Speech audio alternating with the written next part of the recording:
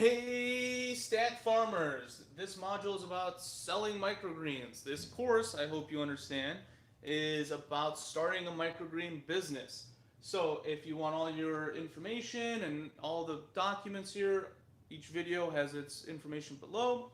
Go to stack.farm/members for the entire benefit of getting the member portal. Alright, so let's talk about selling microgreens. I hope you have your indoor farm. I hope you want an indoor farm. If you want an indoor farm, this is the place to be.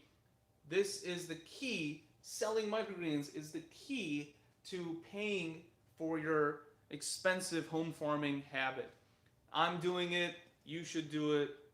It's the smart way to to pay for your indoor farming habit. And if you want to build a business out of it, I believe it's possible, and I'm doing it in real time. So, interesting update just for members is that I got my first first cafe restaurant to sample, first business to sample any of my microgreens. Bought all my microgreens from one of my towers, my only tower, at $50 a pound. So we're gonna go through channel, price, and brand, and I'll update this with the graphics from my brand. But these are the key factors you need to maximize the monetization or optimize the monetization of your tower. So you want to make money off it. You want to make as much money for as little work as possible, right? It's called the American dream. So we're going to talk about that. You're already growing amazing product. Let's just get a couple systems in place to figure out figure out where to sell it, and also then to deliver it at that to those places. Okay, so let's talk about channels. So a channel in business is, the term channel is used in a couple different ways in business. One of those is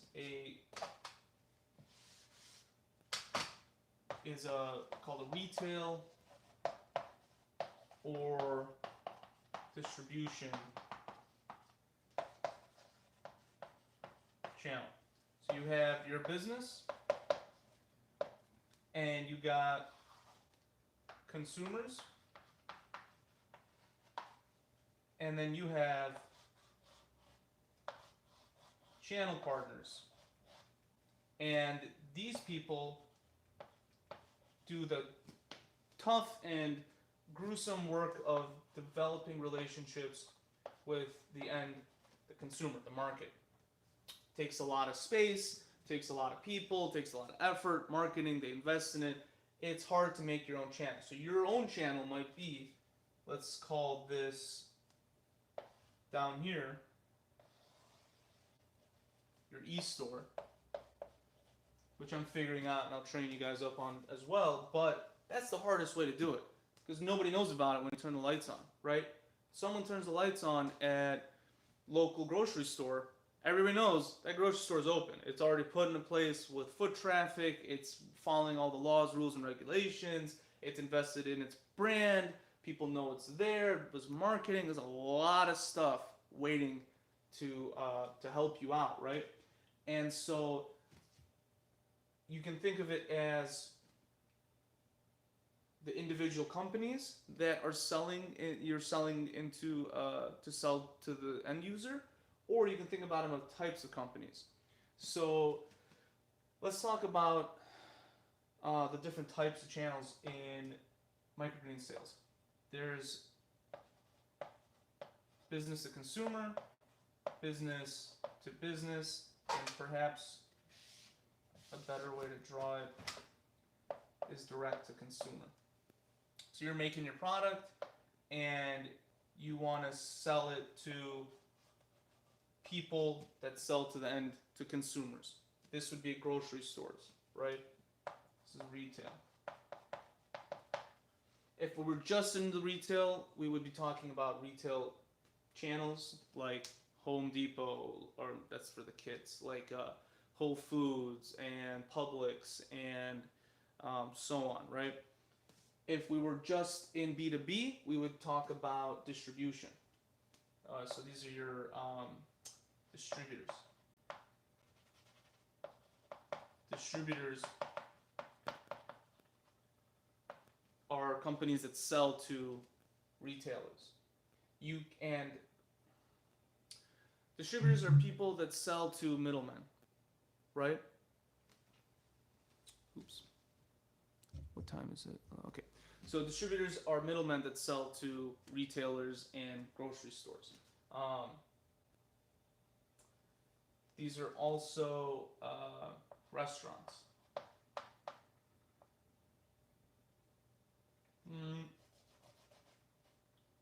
Restaurants are B2C. Distributors sell to grocery stores and restaurants. You can sell directly to grocery stores and restaurants, or you can sell directly to consumer. Selling on a direct to consumer is like a farm stand, e-store, a retail store that people can come in. That's going to be the highest margin, but the lowest volume. It takes a lot of time to establish that. So, unless you want to invest in it and you know what you're doing, avoid it for now. Don't even entertain the idea, because the single sale is not worth the time it takes away from these channel partners. So direct business to consumer, you want relationships with grocery stores and restaurants who will buy more and more every day. Going to distributors needs a lot of volume and expertise. Don't worry about it. Focus on companies that sell microgreens to consumers, restaurants and grocery stores. That is, I talked about in the other in how to start a business module, that's the way to go. So let's forget about those. Let's bring that over here, and let's talk about the difference between grocery and restaurant.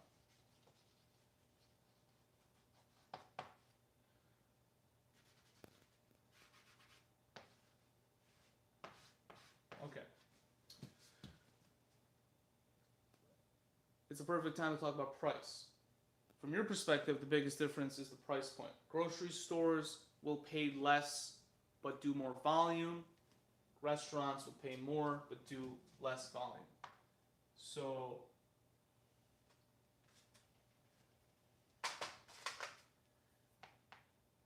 grocery stores have high volume, low price. Restaurants have low volume, high price. You want both. There's no reason to not start talking to both. But if you have enough room for, you start with one single tower, just go to the one restaurant, sponsor one restaurant, or have one restaurant be your buyer. That's enough to get started. And it'll take, just a couple restaurants will take everything from the biggest tower. Okay. So the price points are, so at retail, grocery stores sell at $45 per pound.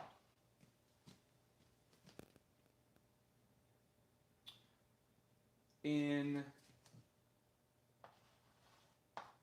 1.25 ounces. So it's really, what does that come to? $3.99? Oh God, ounces drive me crazy, ounces of pounds. I believe it's roughly $4 per package. The grocery store needs to make a markup.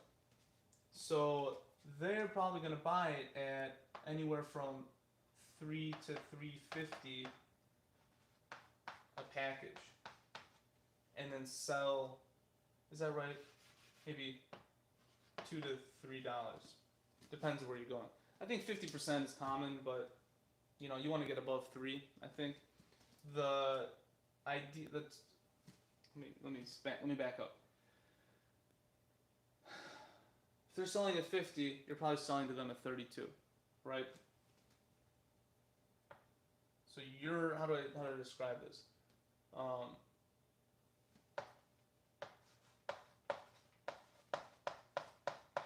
$32 a pound. That's how much you're selling it. You have to know how much they can sell for so you can sell to them at a maximum price, because grocery stores tend to take a fixed markup off of every type of food just to keep their business simple and to force a profit at the end of the year. They're eking by with 1 to 2% profit margin. Getting the volume to justify being in a grocery store takes brand. When you go to restaurants, just the chef, all they care about is the quality.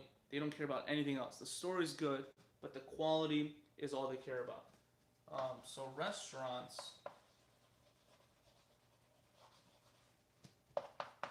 they sell from anywhere from $32 to really $100 a pound.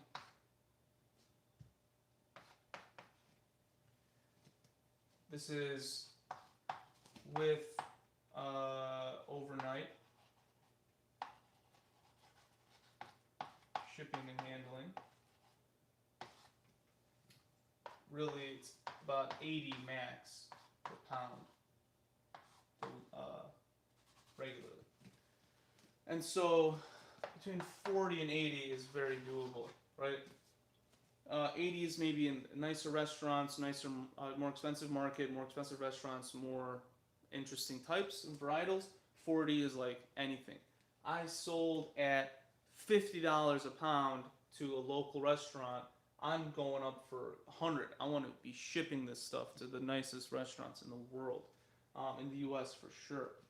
And I think the average person can get a couple 80. You know, it's a spectrum probably, and we'll figure it out based on price point. Only for members, right? So you get to sell to them. You're selling directly to them at 40 to 80. Let's use my price point right now that I know for certain works right now per pound. So if I'm selling though, then this is the question. I need less sophistication. I don't need a brand really here, and I can get immediate sales at $50 a pound. But my volume is going to be lower. And for instance, if I'm selling, 100 pounds a month.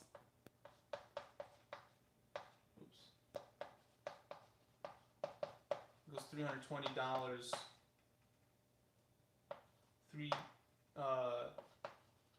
$3,200. If I'm selling, 2 pounds a month. Excuse me. 2 of those, half pound, 2 pounds a month. Yeah, that's how much that's how much my first client wants to buy. That is dollars a month equals $100 per month.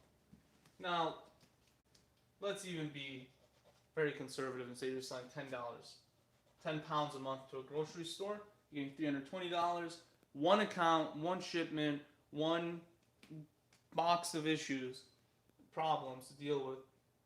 A restaurant, you're just making $100 a month from one client. More complexity, more custom orders, so on and so forth. So you want to move up to customers, to restaurants that order large volumes. So you want to focus on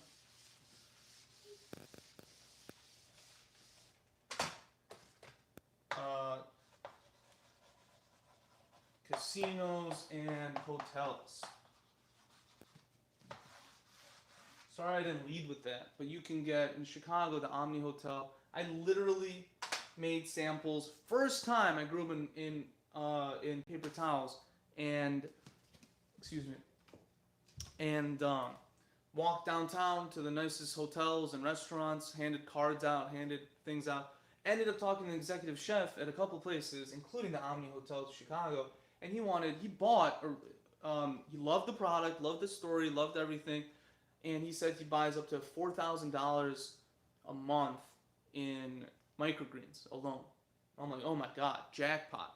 But my packaging wasn't porous enough, and the microgreens were they were too hard to harvest. They got mushy. They didn't last long, and I didn't figure out my shit before I went there. And of course, he didn't trust me thereafter.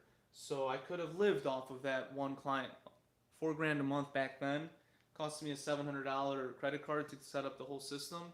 I could have gotten this shit off the ground. I just didn't know enough about business, about this business in particular, microgreen production, and business in general. So it wasn't. I was doing too many of the wrong things. It's simple to be successful. The hard part is knowing what not to do, because there's a million ways to fail, handful of ways to succeed, one way to crush it. Right? Every market has one dominant way of doing business, and so if you follow my guidelines here, you're going to be in the top 10% overnight, and we're going to try to put you in the top 1%. But casinos and hotels, go in there with the sample, excuse me, with the sample, put your fucking sticker on that shit, and hand it to the chef. Include contact information. So on mine, I'm coming out with a brand, and it's got a tagline, and it's got a website. If they want to order more, they go to the website and they put in, I'm trying to build a subscription platform for microgreens, something that we'll figure out how to share with everybody as soon as we can. And as soon as we have something worth sharing, really. And they put in the order. What I want to move this towards is, instead of getting a little bit of this, a little bit of that, a little bit of this every month, it changes and you're managing a crazy mess that you need software to manage, excuse me, I want people to subscribe, and they get a fixed volume every month, starting with a basic variety. I'm starting with one variety. I'm starting with spicy microgreen mix, and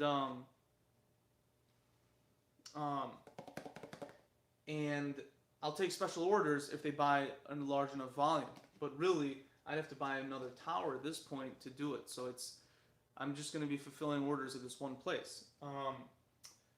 If you want to go into hotels and casinos, you want a couple basic varietals.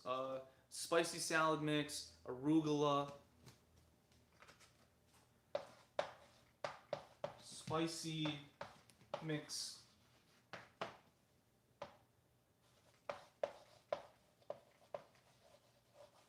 arugula,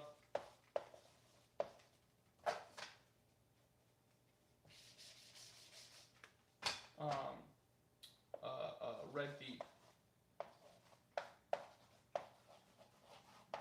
Everybody loves these three. They need a ton of arugula. I would say arugula / basil. People love the basil. If you grow one of these, definitely start with spicy mix. It makes an impact. People love it. Super easy to grow. Super cheap. It's very versatile in the kitchen. Arugula and basil are amazing herbs that are herbs. They have a huge, very strong aromatic flavor, and they're hard to get. They're very popular in kitchens. Arugula is popular because of the volume that's already being used, but basil's popular because of the flavor profile. It's very interesting. And then red beet is very popular because of the color it adds to the dish, the redness. So chefs love that shit. But you go in with one, definitely spicy mix, and then if you want to go one or another, or all three, you put them out. If you take all four and put them in front of a chef, and they're well grown, they're gonna you're gonna have to give them diapers before they figure out what's going on. Which gets us to brand. So get one of those, you're set for life. Brand. Brands aren't very important to restaurants. Your brand is your word. Your brand is your quality. It has nothing to do with visuals or anything. Your brand is your plant.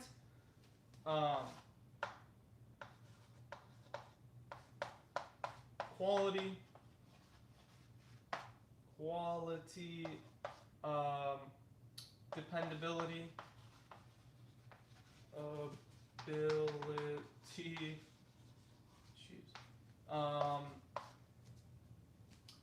and price.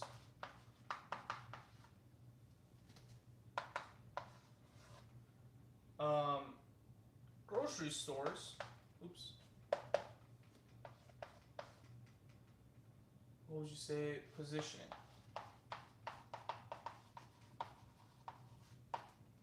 There's a fourth one. If you go to grocery stores, you need a visual representation. You need positioning. You need to take a place in the customer's mind. You got to draw their eye to where you are, get the message across quickly. You're not there talking. A lot of people do those samples because of it, but it's very important. So positioning is important. Organic, healthy, nutritious, clean, fresh, local. Tell the story, make it simple, and have fun with this one, okay? All right, so that's it for selling microgreens. Channel, price, brand. Take care. Good luck. Make sure to leave any comments you have in the member forum.